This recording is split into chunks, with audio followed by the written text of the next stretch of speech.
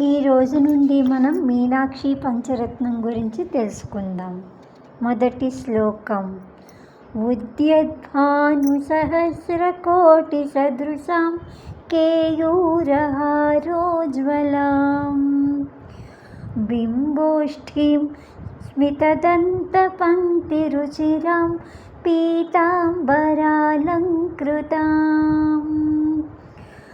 విష్ణుబ్రహ్మసురేంద్రసేవితపదాం తత్వస్వరూపాం శివాం మీనాక్షీం ప్రణతోస్మి సంతతమహం కారుణ్యవారాం నిధిం. ఇది మొదటి శ్లోకం.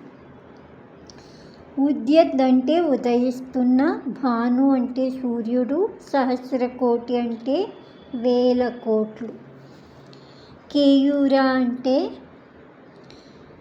భుజకీర్తులు, హార అంటే హారములు, ఉజ్వలాం అంటే ప్రకాశించడం, కేయూర హారోజ్వలాం.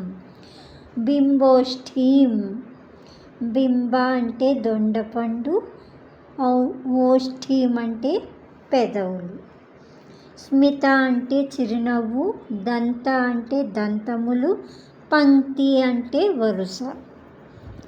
పీతాంబరాలంకృతాం, పీత అంటే పసుపు, అంబరం అంటే వస్త్రం, అలంకృతాం అంటే అలంకరింపబడినది. విష్ణు బ్రహ్మ సురేంద్ర సేవిత పదాం తత్వస్వరూపాం శివాం అంటే శివుని యొక్క అర్ధాంగి. ప్రణతోస్మి అంటే నమస్కరిస్తున్నాను. సంతతమహం నేను సంతోషంతో.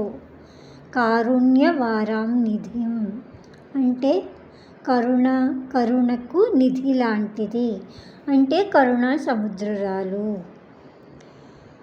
ఉదయించే 1000 కోట్ల సూర్యుల వంటి తేజస్సు కలది, భుజకీర్తులు మరియు హారాలతో ప్రకాశించేది, దొండపండు వంటి పెదవులు కలది, చిరునవ్వుతో కూడిన దంతకాంతి కలది, పసుపు రంగు పట్టు వస్త్రంచే అలంకరింపబడినది, విష్ణు బ్రహ్మ ఇంద్రులచే సేవింపబడేది, తత్వస్వరూపిణి శివుని యొక్క అర్ధాంగి, కరుణా సముద్రురాలు అయిన మీనాక్షిని నేను సంతోషంతో నమస్కరిస్తున్నాను అని అర్థం.